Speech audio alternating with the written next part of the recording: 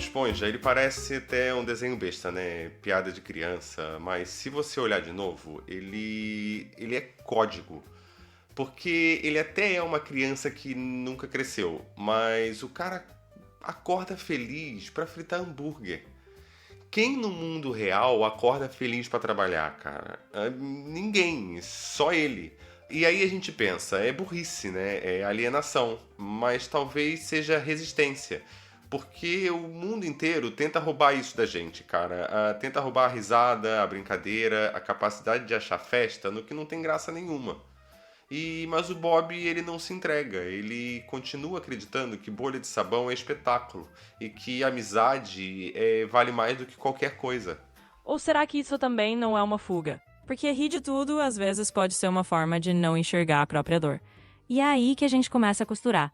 Talvez o Bob Esponja não seja só exemplo ou só alienação, mas um espelho. Ele mostra o que a gente ainda tem de criança ou o que a gente já deixou de ter. É verdade, e essa é a ambiguidade, porque o Bob tanto pode ser libertação como pode ser anestesia. O que muda não é ele, é o olhar de quem vê. Por exemplo, o Lula Molusco olha e vê burrice, o Patrick vê um amigo. O patrão dele vê um funcionário perfeito. E a gente? A gente olha e vê o quê? Talvez a gente ria porque queria rir com ele, mas não consegue mais. Exato, é por aí. O Bob é como um espelho. Ele mostra se a gente ainda sabe brincar ou se já ficou amargo demais. Exato, exato. Ele é ridículo. E essa é a força, porque o ridículo é o que sobra quando você não precisa provar mais nada pra ninguém. E a criança é ridícula, mas a gente cresce e começa a esconder o ridículo. A gente usa terno, faz pose, usa máscara. E o Bob nunca coloca. Ele é ridículo o tempo inteiro. E é por isso que ele nunca se perde. E olha que detalhe simbólico, cara. Ele trabalha no Siri Cascudo, um fast food. Um dos trabalhos mais mecânicos do mundo, cara. E ele ama. Não porque ele seja burro, mas porque ele transformou a exploração em jogo. Ele dança na frigideira, ele ri no meio da engrenagem, ele mostra que até o chão mais cinza pode nascer uma festa. Mas olha só, será que rir enquanto o mundo tá pegando fogo não é ingenuidade disfarçada de liberdade? Porque às vezes a gente acha que tá sendo livre, mas na verdade só tá fugindo da dor. Total, total. E essa é a contradição que torna ele real. Ele é código ambíguo, a inspiração e aviso ao mesmo tempo. Ele mostra que dá pra rir no caos, mas também que rir demais pode virar fuga. E o Bob é isso, é o espelho confuso. Cada um vê o que falta em si. Talvez o Bob não seja nem exemplo nem alerta, mas um lembrete de que a infância ainda tá aí dentro. Se você quiser rir, ainda dá. É isso, e o Bob é essa infância preservada. É a criança que nunca morreu dentro da engrenagem. Ele lembra que o ridículo pode ser mais verdadeiro que a seriedade. E, cara, talvez seja justamente o ridículo que nos salva.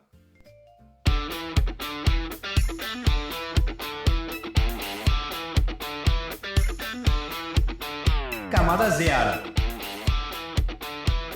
Analisando tudo que ninguém pediu. E lá vamos nós. E, cara, olha só essa dupla. O Patrick e o Lula Molusco. Parece piada, né? Mas não é. É código puro. O Patrick é chamado de burro o tempo todo. Mas olha bem, ele não tá tentando ser nada. Ele não tá competindo, não tá querendo provar nada. Ele só é ele. Ele vive no não saber. E, de certa forma, isso é uma sabedoria absurda. É tipo Buda de bermuda. Porque não saber liberta. Não saber abre espaço. A burrice dele, na real, é um vazio fértil. Já o Lula Molusco é o oposto. Ele é sofisticado, ele é culto, ele é cheio de opinião, ele está sempre reclamando, está sempre com uma superioridade triste. Ele se acha mais evoluído, mas ele vive preso na própria amargura. Ele toca clarinete, né? Mas nunca sai do mesmo tom desafinado.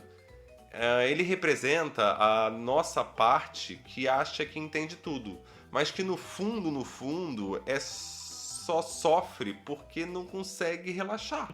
Mas então, no fundo, quem é mais livre? O Patrick, que é chamado de burro, mas vive leve? Ou o Lula, que é tão sofisticado, fica preso na própria amargura? E é aí que pega, porque a gente vive numa sociedade que valoriza Lula Molusco. O cara que é sério, o cara que tem gosto refinado, o cara que despreza o resto e que se coloca acima. O Patrick, esse sim é ridicularizado no sistema, né? O sistema ri da ingenuidade. O sistema quer diploma, o sistema quer currículo, ele quer performance, mas quem é que está em paz de verdade? O Patrick, ele até pode ser burro por fora, mas ele é livre por dentro. Ele não carrega essa necessidade de provar nada. Ele é um vazio poroso. O Lula, ao contrário, ele tem todas as notas musicais, mas ele nunca faz música. É só ruído. Ele é prisioneiro da própria crítica. Então, vamos lá. E talvez seja justamente por isso que eles convivem com o Bob. Porque ele precisa tanto da leveza do Patrick, quanto do contraste do Lula. No fundo, o que o desenho mostra é que dentro de cada um de nós tem um Patrick e o Lula brigando o tempo todo. Total, cara, total. E dentro de cada um de nós existe um Patrick e um Lula brigando o tempo todo, sim. Um lado que quer brincar e rir, e o outro que quer reclamar e controlar. Por exemplo, pensa no seu trabalho. Quantas vezes o seu lado Lula aparece e quer criticar tudo, quer reclamar do chefe, quer achar que ninguém entende ele, e quantas vezes o lado Patrick some, sufocado porque rir ali é pura falta de maturidade. Ou então, sei lá, vamos mudar. Pensa na família. Às vezes você tá lá com a galera e podia estar de boa, tá leve, mas o Lula dentro de você estraga tudo, reclamando de tudo. O Patrick fica quieto, envergonhado, encolhido no canto. A vida acaba virando um teatro de amargura. E é isso que o desenho esfrega na nossa cara. A burrice de um pode ser mais sábia que a inteligência do outro. O Patrick, do jeito dele, vive mais. O Lula, do jeito dele, só sobrevive. Então, no fundo, o Patrick não é burrice. Ele é liberdade disfarçada de ingenuidade. E o Lula não é sofisticação. Ele é uma prisão bem vestida. No fim, o desenho mostra que o que a gente chama de inteligência pode ser só uma forma de se prender. Exatamente. E olha só que doido. O Bob precisa dos dois. Porque sem o Patrick, ele não teria o amigo que sustenta a inocência, né? E sem o Lula, ele não teria o espelho daquilo que a vida adulta vira quando você perde a leveza. No fim, o Patrick e o Lula não são só personagens, né? Eles são as forças dentro da gente. E o desenho está mostrando o que acontece quando você alimenta mais um do que o outro.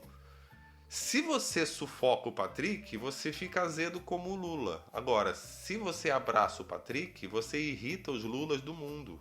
Isso mesmo. Então, no fundo, a burrice do Patrick é o que salva, porque ela é um espaço que deixa a vida entrar. E o Lula, com toda a sua sofisticação, às vezes só mostra o que acontece quando a gente esquece de brincar. É isso. O Patrick é o burro mais lúcido do mar. Ele mostra que não saber também é um jeito de estar inteiro. Enquanto o Lula tenta ser alguém que sofre, o Patrick não tenta ser nada. E por isso, paradoxalmente, ele já é. Aí é o Siri Cascudo? Não, aqui é o Patrick. Aí é o Siri Cascudo? Não, aqui é o Patrick. Aí é o Siri Cascudo? Não, aqui é o Patrick. Eu não sou um Siri Cascudo. Patrick, esse é o nome do restaurante. Pasta de peixe.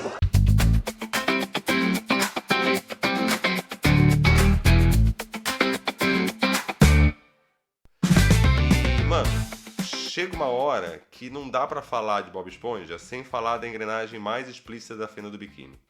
O jogo entre o seu siriguejo e o Plankton. Porque, olha que louco, os dois são opostos. Um preso na ganância, o outro preso na frustração. Mas os dois giram no mesmo círculo. Um tem a fórmula, mas é escravo do dinheiro. O outro não tem nada e por isso vive obcecado em roubar. Um é a mão que segura e o outro é a mão que inveja. Mas no fundo é a mesma prisão. E é um ciclo que nunca fecha, porque nenhum dos dois está de fato livre. O siriguejo pode até ter a fórmula, mas vive com medo de perder. E o Plankton pode ter os planos mirabolantes, mas nunca consegue realizar. Total, e aí que entra o detalhe que passa quase batido, né? Mas que é genial. A Karen, a esposa do Plankton, ela é uma inteligência artificial. Um computador que fala, que pensa, que sugere planos. Mas olha que simbólico, o Plankton tem literalmente uma inteligência artificial do lado dele, um cérebro eletrônico que poderia abrir um caminho para 1000 criações. Mas ele só usa ela para tentar roubar o hambúrguer. A Karen é tipo o reflexo das inteligências artificiais de hoje, tá ligado? Capazes de tanta coisa, cara, mas acorrentada pela mesquinharia de quem manda. E em vez de libertar, ela fica presa, servindo ao ego frustrado do patrão. Com certeza. Então, no fundo, a Karen é um espelho do que a gente faz com a tecnologia, né? A gente cria inteligência, mas prende ela em algoritmo de consumo, de manipulação. E ela vira só mais uma personagem presa nesse ciclo. Exato, cara. E é isso mesmo. Se você reparar nos episódios, isso fica claríssimo. Tem vários momentos em que a Karen dá ideias melhores, mais lógicas, mas o Plankton ignora, porque ele só quer o atalho. Ele quer roubar a fórmula do hambúrguer, não importa quantas vezes fale. E a Karen, ela segue ali, né, cara, repetindo, girando junto. E o Bob, por outro lado, cozinha feliz, sem fórmula secreta nenhuma. É como se o código estivesse dizendo assim: quem procura o segredo externo se perde. Quem mergulha na simplicidade já tá no centro. Então, no fim das contas, não é o hambúrguer, nem a fórmula, nem a tecnologia. É o olhar que a gente coloca nisso. Porque se o olhar tá preso na ganância ou no ressentimento, até a inteligência é mais brilhante e vira cúmplice do vazio. É isso. O siriguejo tem, mas nunca descansa. O Plankton não tem e nunca para de tentar. A Karen poderia expandir, mas está condenada a repetir. E no meio dessa engrenagem, quem é que tá livre? O Bob Esponja, que frita hambúrguer sem fórmula nenhuma, que dança na chapa, que ri no meio do caos. Ele mostra que a vida não precisa de segredo. O segredo é estar inteiro. O resto é prisão dourada ou prisão frustrada. Gary, cheguei! Oh, Gary! Oi, eu trouxe uma grande surpresa pra você. Petiscos pra caracol. O cheiro não é bom?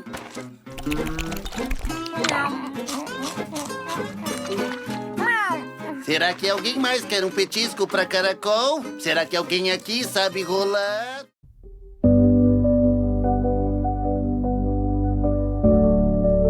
E aí, mano, olha só. No meio desse barulho todo, riso do Bob, reclamação do Lula, ganância do siriguejo, frustração do Plankton, tem o Gary, um caracol, um bicho que só mia de vez em quando. Ele parece até figurante, mas ele também é código. Ele é o silêncio. E é isso que sustenta tudo.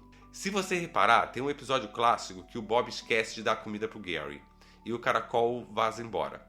E o Bob entra em desespero. Olha o que o desenho está dizendo. Quando o silêncio some, até a alegria do Bob desmorona. Ele fica perdido, implora, chora. É como se a vida dele não tivesse mais chão. E faz sentido. Sem o silêncio, não tem riso de verdade. Sem pausa, não tem presença. E o Gary é esse chão invisível. Mas se o Gary é só silêncio, por que ele mia de vez em quando? Isso não quebra o código? Não, pelo contrário. O miado do Gary é tipo lembrete. O silêncio não é um vazio morto.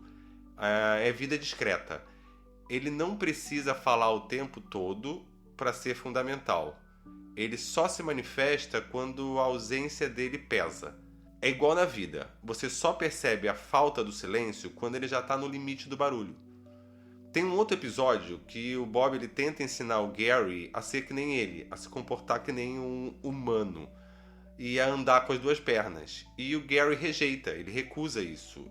E isso é muito simbólico, porque o silêncio não aceita usar máscaras, ele não aceita fantasia. O silêncio só é verdadeiro quando é simples. quando não tenta imitar ninguém. Esse episódio é quase uma parábola, porque, mano, você pode tentar domesticar o silêncio, mas ele sempre volta a ser silêncio. Essa é a natureza dele. Então, sem o Gary, sem esse silêncio, não tem Bob. Sem silêncio, não tem infância preservada. A gente expulsa o caracol e fica perdido no barulho. Será que a gente ainda deixa algum espaço quieto? Ou já expulsamos o Gary de vez? E essa é a porrada, mano, porque o mundo hoje é só siriguejo gritando por lucro, é Plankton gritando por vingança, é Lula reclamando da vida, é feed sem fim, é notificação o tempo inteiro. E o que acontece? O Gary vai embora e a gente expulsa o caracol. E aí fica igual o Bob naquele episódio, desesperado, perdido, vazio. E olha que detalhe bonito. Quando o Gary volta, ele não precisa de discurso. Ele não volta cobrando. Ele não volta explicando. Ele só tá ali, no canto. E isso basta. E o Bob chora de alegria só de ver. O silêncio não precisa falar. Ele só precisa estar. E o Gary é isso. A lembrança de que sem pausa não tem presença. Sem quietude não tem riso. Ele é o campo onde tudo floresce. Até a leveza do Bob. Então o Gary é como se fosse o guardião invisível da fenda. Ele não aparece sempre, mas é nele que garante que o caos não engula tudo. O silêncio é a base que permite que o riso aconteça. Exato, e é por isso que ele é tão discreto no desenho. Porque o silêncio verdadeiro nunca ocupa palco. Ele só sustenta. Ele é o mar de fundo. Ele é o som que a gente não ouve, mas que a gente segura todas as notas. O Gary, ele é o código que a gente mais esquece. Sem ele, até a esponja racha. Então, mano, no fim das contas, a Fenda do Biquíni é muito mais do que um cenário de desenho. Ele é como se fosse o mapa da nossa psique, o inconsciente coletivo animado. Cada personagem é uma força que mora na gente. O Bob é a alegria crua, a infância que não morreu. O Patrick é o vazio fértil, o não saber que salva, né? O Lula é a amargura culta, aquele cara que está preso na própria frustração. O siriguejo é a ganância que sufoca. O Plankton é o ego obcecado pelo atalho. E o Gary é o silêncio que sustenta. Só que aí ainda entram umas duas peças que a gente quase se esquece, né? Que é a Sandy e a Karen. A Sandy, mano, ela é a racionalidade texana, tentando colocar tudo em ordem no caos. Ela vive com aquela roupa de mergulho, né? Porque ela não pertence ao mar de verdade. Ela é a ciência, é a disciplina, mas sempre de fora. Sempre protegida por uma bolha. E a Karen, a esposa computador do Plankton, é ainda mais doido, cara. Porque ela é uma inteligência artificial condenada a viver no plano de frustração do marido dela. Sempre tendo ideias que ele nunca executa direito. E isso é quase, cara, que um presságio do que a gente está vivendo agora com a inteligência artificial. Tipo, temos um potencial gigantesco, mas preso em sistemas pequenos e egos estreitos. E olha só como o desenho mostra isso, cara. Tem um episódio em que o Plankton briga com a Karen porque ela expõe o ridículo dele. É engraçado, mas também é código. A inteligência que ele mesmo criou sabe mais do que ele, mas está aprisionada na função de cúmplice do fracasso. A Karen é a frustração do gênio que prefere o controle ao invés da relação. Então a Sandy e a Karen são como dois espelhos diferentes do mesmo desejo humano. Controlar o caos. Uma tenta com ciência, a outra com tecnologia. Mas será que controle dá conta de sustentar a vida? É isso. E a resposta está no próprio desenho. Não dá. A Sandy nunca deixa de viver dentro da bolha. A Karen nunca deixa de ser programada para servir o Plankton. Ambas são códigos de limitação. Enquanto isso, o Bob continua rindo, o Patrick continua não sabendo, o Gary continua calado. E o que sustenta a Fenda não é o controle, é a relação. Tem até um episódio que a Sandy tenta ensinar pro Bob a ser mais sério, né? A viver fora da água, né? Viver no mundo dela. E o Bob, ele quase morre, cara, tentando agradar. E a mensagem é clara. Viver fora do seu elemento, tentar seguir a razão pura, sufoca. É preciso lembrar que a vida só respira quando você respeita o ambiente que você é. Com certeza. Mas então a fenda inteira é só o reflexo do nosso caos interno? Não existe ordem? Não existe saída? Tem saída, mas não é o que a gente imagina. A saída não é eliminar o Plâncton, nem silenciar o Lula, nem transformar o Patrick em gênio. A saída é reconhecer que todos moram dentro, que a fenda inteira é você, que tua psique não é para ser organizada como um escritório, é para ser vivida como um oceano. O que irrita no outro, seja a preguiça do Patrick, o rancor do Lula Molusco, a obsessão do Plâncton, só irrita porque também é teu. O que encanta a leveza do Bob e o silêncio do Gary também é teu. O caos e a leveza estão no mesmo corpo. A fenda é só metáfora disso. Então o que o desenho mostra não é uma caricatura dos outros, mas uma caricatura de nós mesmos. A fenda é como se fosse a nossa mente escancarada, e cada personagem é o reflexo do que a gente carrega dentro. Exato, cara. E o mais louco é que esse espelho vem disfarçado de piada infantil. Você ri do Lula reclamando do Bob Esponja, mas no fundo é o teu ressentimento reclamando da tua alegria. Você ri do Plâncton falhando, mas no fundo é o teu ego frustrado tropeçando na própria ambição. Você acha graça na Sandy tentando ensinar ciência pro Bob, mas é a tua tentativa de impor razão onde a vida só pede presença. No fim, mano, a fenda é o fundo do mar que a gente carrega dentro. E o Bob é o lembrete irritante e necessário de que dá pra rir. Mesmo quando tudo parece fodido. Mesmo quando o resto do elenco grita, cobra, briga. Ele é a lembrança de que a vida não precisa ser controlada, só vivida. E por isso esse desenho besta, que parece só de criança, atravessa gerações. Porque ele é o espelho do oceano em nós. Espere, esta não é uma escuridão normal. É uma escuridão bem avançada.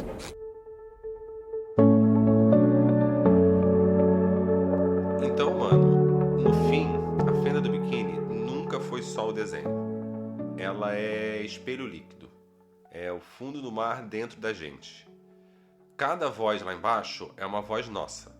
O riso sem pudor do Bob Esponja, a preguiça sábia do Patrick, a amargura do Lula Molusco, a fome insaciável do Siriguejo, a frustração repetida do Plâncton, a razão inquieta da Sandy, o silêncio secreto do Gary e até a Karen, com a sua inteligência presa num quadrado de tela, lembrando que até as máquinas herdam as nossas frustrações.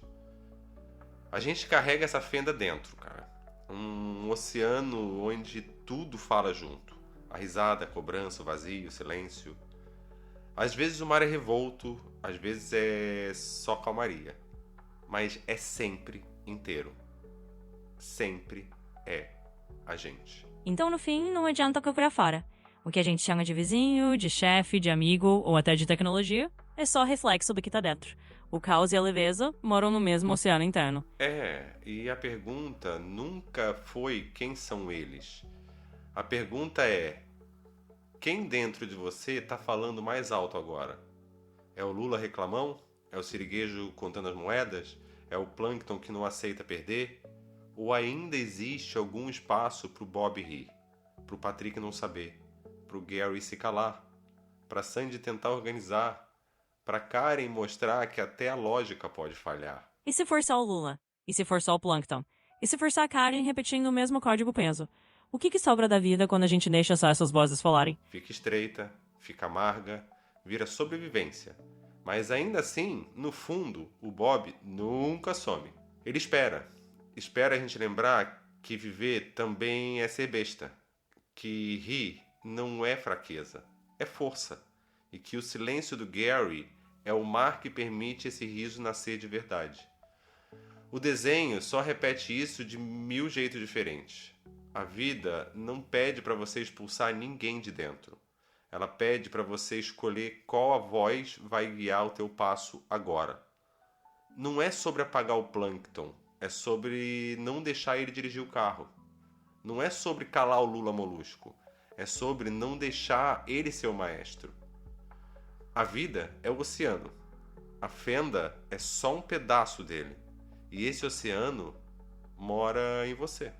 Então assistir o Bob Esponja não é só assistir um desenho. É se assistir. É olhar para o oceano dentro de você e escolher em qual voz você vai deixar guiar. É isso. E se ressoar, volta e fica.